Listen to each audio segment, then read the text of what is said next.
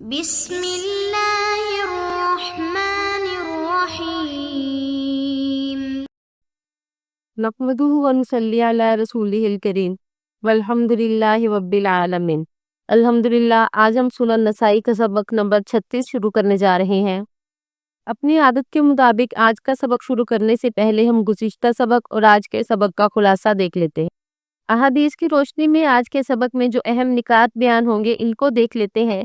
آج کے سبق میں ہم جانیں گے سفر میں موضوع پر مسح کرنے کے بارے میں، مسافر کے لیے مسح کی مدت، جنابت لاحق ہونے سے مسح کا حکم اور قضائے حاجت، نیند، پیشاب سے مسح کے حکم کے بارے میں انشاءاللہ آج ہم پڑھیں گے۔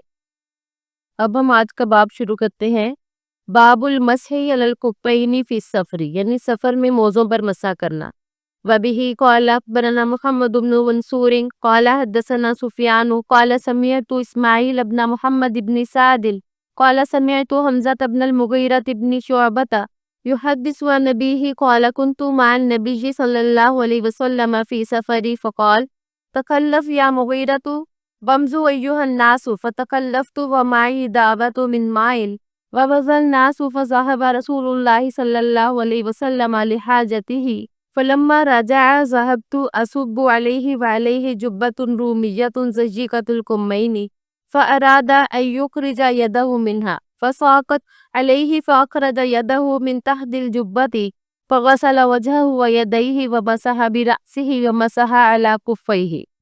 حضرت مغیرہ بن شعبہ رضی اللہ عنہ سے مروی ہے کہ میں ایک سفر میں نبی صلی اللہ علیہ وسلم کے ساتھ تھا تو آپ نے فرمایا اے مغیرہ تم ٹھہرو اور اے لوگو تم چلو۔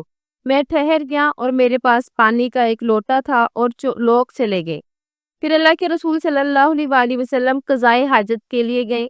جب واپس تشریف لائے تو میں نے آپ صلی اللہ علیہ وسلم کے اعضائے وضو پر پانی بہانا شروع کر دیا۔ آپ پر ایک رومی جبہ تھا جس کی آستین تنگ تھی۔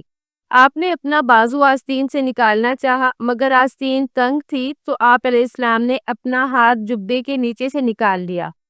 چنانچہ آپ علیہ السلام نے اپنا چہرہ اور بازو دھوئے اور سر کا مسح کیا اور اپنے موضوع پر مسح فرمایا۔ اب ہم اس حدیث مبارک کے راویوں کا مختصر سا تعارف دیکھ لیتے ہیں۔ اس حدیث مبارک کے پہلے راوی محمد، دوسرے سفیان بن عیینہ، ان دونوں کا تذکرہ پہلے ہو چکا، اور تیسرے اسماعیل بن محمد ہیں اور یہ بھی ثقہ راوی ہیں۔ امام نسائی رحمہ اللہ نے انہیں ثقہ راویوں میں شمار کیا۔ اور چوتھے راوی حمزہ بن مغیرہ اور پانچویں مغیرہ بن شعبہ رضی اللہ عنہ ہے، ان کا تذکرہ پہلے ہو چکا۔ اس حدیث مبارک سے ہمیں معلوم ہوا کہ ہر وقت باوضو رہنا چاہیے، کیونکہ آپ علیہ السلام جب سفر میں تھے اس میں بھی آپ علیہ السلام نے وضو کا اہتمام فرمایا۔ اور اس حدیث مبارک سے ہمیں یہ بھی معلوم ہوا کہ غیر ملکی لباس پہننا جائز ہے، بشرط کہ وہ اسلامی شعائر اور ثقافت کے خلاف نہ ہو اور غیر مسلموں کے نکالی کا مظہر بھی نہ ہو تو اس کے پہننے میں حرج نہیں۔ اور اس حدیث سے ہمیں یہ بھی معلوم ہوا کہ موضوع پر مسح کرنا جائز ہے، اور موضوع پر مسح کے لیے شرط یہ ہے کہ پہلے انہیں وضو کر کے پہنا ہوا ہو، جیسے کہ دوسری روایات میں اس کی صراحت ملتی ہے۔ اب ہم اپنا اگلا باب شروع کرتے ہیں۔ باب التوقیت فی المسح علی الخفین للمسافر، یعنی مسافر کے لیے موضوع پر مسح کرنے کی مدت۔ وبہ قال اخبرنا قتیبۃ قال حدثنا سفیان عن عاصم عن زر عن صفوان بن عسال قال رخص لنا النبی صلی اللہ علیہ وسلم اذا كنا مسافرین ان لا ننزع خفافنا ثلاثة ایام ولیالہن۔ حضرت صفوان بن عسال رضی اللہ عنہ سے روایت ہے کہ انہوں نے فرمایا کہ نبی صلی اللہ علیہ وسلم نے ہمیں اجازت دی کہ جب ہم مسافر ہوں تو 3 دن 3 رات تک اپنے موزے نہ اتاریں۔ اب ہم حدیث مبارک کے راویوں کے بارے میں مختصر سا جان لیتے ہیں۔ اس کے پہلے راوی قتیبہ اور دوسرے سفیان، ان دونوں کا تذکرہ پہلے ہو چکا، اور تیسرے راوی عاصم ہیں، اور ان کے بارے میں ابن سعد نے فرمایا کہ یہ ثقہ ہے لیکن یہ حدیث پہ غلطی کر جاتے ہیں۔ حدیث مبارک کے چوتھے راوی زر ہیں اور یہ بھی ثقہ راوی ہیں۔ ابن معین رحمہ اللہ نے انہیں ثقہ راویوں میں شمار کیا، اور پانچویں راوی صفوان بن عسال رضی اللہ عنہ ہیں جنہوں نے نبی اکرم صلی اللہ علیہ وسلم کے ساتھ غزوات میں بھی شرکت کی۔ اب ہم حدیث مبارک سے حاصل ہونے والے کچھ فوائد اور احکام کو دیکھ لیتے ہیں کہ اس حدیث مبارک میں مسافر کے لیے 3 دن اور 3 راتوں تک موضوع پر مسح کی اجازت ہے۔ جو کہ سفر کی مشقت اور سہولت کو مد نظر رکھتے ہوئے شریعت کی آسانی کا ایک مظہر ہے، جبکہ مقیم کے لیے مدت 1 دن اور 1 رات ہے، اور یہ دیگر معتبر احادیث سے ثابت ہے۔ اس سے معلوم ہوا کہ شریعت نے حالات کے مطابق احکام میں فرق رکھا۔ موضوع پر مسح کی مدت پر فقہائے کرام کا اجماع ہے، اختلاف صرف تفصیلات میں ہے۔ یعنی کچھ اختلاف ہے۔ ایک قول تو یہ ہے کہ یہ اس وقت سے شروع ہوتی ہے جب انسان پہلی بار وضو میں موضوع پر مسح کرے، اور یہ قول حضرت عمر رضی اللہ عنہ سے مروی ہے۔ اور امام شافعی، امام ثوری اور احناف یہ فرماتے ہیں کہ مسح کی مدت کا آغاز اس وقت سے ہوتا ہے جب وضو ٹوٹے، بشرط کہ موزے پہن رکھے ہوں۔ اور امام شعبی، امام ابو ثور اور امام اسحاق یہ فرماتے ہیں کہ مسح کی مدت 5 نمازوں کے برابر ہے، یعنی 1 دن 1 رات اگر کوئی مقیم ہو تو، اور اگر مسافر ہے تو 15 نمازوں کے برابر، یعنی 3 دن 3 رات۔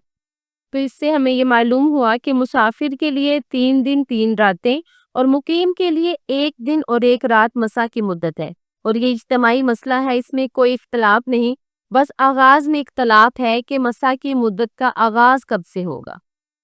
اب ہم اس بات کی اگلی حدیث مبارک کو پڑھ لیتے ہیں۔ وَبِهِ قَالَ أَخْبَرَنَا أَحْمَدُ بْنُ سُلَيْمَانَ الرَّهَاوِيُّ قَالَ حَدَّثَنَا يَحْيَى بْنُ آدَمَ قَالَ حَدَّثَنَا سُفْيَانُ الثَّوْرِيُّ وَمَالِكُ بْنُ مِغْوَلٍ وَزُهَيْرُ وَأَبُو بَكْرِ بْنُ عَيَاشٍ وَسُفْيَانُ بْنُ عُيَيْنَةَ عَنْ عَاصِمٍ عَنْ زِرٍ قَالَ سَأَلْتُ صَفْوَانَ بْنَ عَسَّارٍ عَنِ الْمَسْحِ عَلَى الْخُفَّيْنِ فَقَالَ كان رسول الله صلى الله عليه وسلم يأمرنا إذا كنا مسافرين أن نمسح على كفافنا ولا ننزعها 3 أيام من غائط وبول ونوم إلا من جنابة۔ حضرت زیب سے روایت ہے، وہ بیان کرتے ہیں کہ میں نے حضرت صفوان بن عسار رضی اللہ عنہ سے موضوع پر مسح کے بارے میں پوچھا تو انہوں نے فرمایا، اللہ کے رسول صلی اللہ علیہ وآلہ وسلم ہمیں حکم دیتے تھے کہ جب ہم مسافر ہوں تو 3 دن تک بول و براز اور نیند کی وجہ سے موزے نہ اتاریں، بلکہ ان پر مسح کرتے رہیں، مگر جنابت کی بنا پر اتارنے ہوں گے۔ اب ہم حدیث مبارک کے راویوں کے بارے میں مختصر سا جان لیتے ہیں۔ اس حدیث مبارک کے پہلے 4 راویوں کا تذکرہ پہلے گزر چکا۔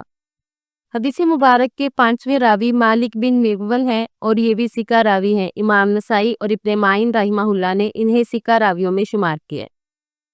حدیث مبارک کے 6 راوی ابو بکر بن عیاش ہے، لیکن ان کے نام کے بارے میں بہت زیادہ اختلاف ہے۔ بعض نے کہا کہ ان کا نام محمد اور بعض نے عبداللہ بتلایا، اسی طرح بعض نے شعبہ اور بعض نے مسلم بھی کہا۔ ان کے بیٹے ابراہیم یہ فرماتے ہیں کہ میں نے اپنے والد سے ان کی وفات کے وقت ان کا نام پوچھا تو انہوں نے کہا تمہارے والد کا کوئی نام نہ تھا، یعنی کوئی مشہور نام نہیں تھا، اور وہ سفیان ثوری رحمہ اللہ سے 4 سال بڑے تھے۔ اس حدیث مبارک میں کل 10 راوی تھے، اور حدیث مبارک کے 7ویں، 8ویں، 9ویں اور 10ویں راوی کا تذکرہ پہلے گزر چکا۔ اس حدیث مبارک میں بھی موضوع پر مسح کرنے کے بارے میں بیان کیا گیا۔ اس کی تشریح ہم گزشتہ حدیث کے تحت کر چکے ہیں۔ گویا کہ اس سے ہمیں یہ معلوم ہوا کہ مسح وضو میں ہوگا، نہ کہ غسل میں۔ اگر غسل فرض ہو جائے تو موزے اتارنے ہی ہوں گے۔ اب ہم آج کے سبق میں آنے والے کچھ الفاظ کو دیکھ لیتے ہیں۔ اصب علیہ، میں پانی انڈیلتا، لا ننزع، نہیں ہم اتارتے، بول پیشاب، رکھا سا اس نے رخصت دی، غائط قضائے حاجت، نوم نیند۔ آج کے سبق کو یہیں پہ مکمل کرتے ہیں۔ اب آج کے سبق کے متعلق کچھ سوالات ہیں، امید ہے کہ آپ تمام سوالات کے درست جواب دیں گے۔ اگلے سبق تک کے لیے اجازت چاہوں گی۔ السلام علیکم ورحمۃ اللہ وبرکاتہ۔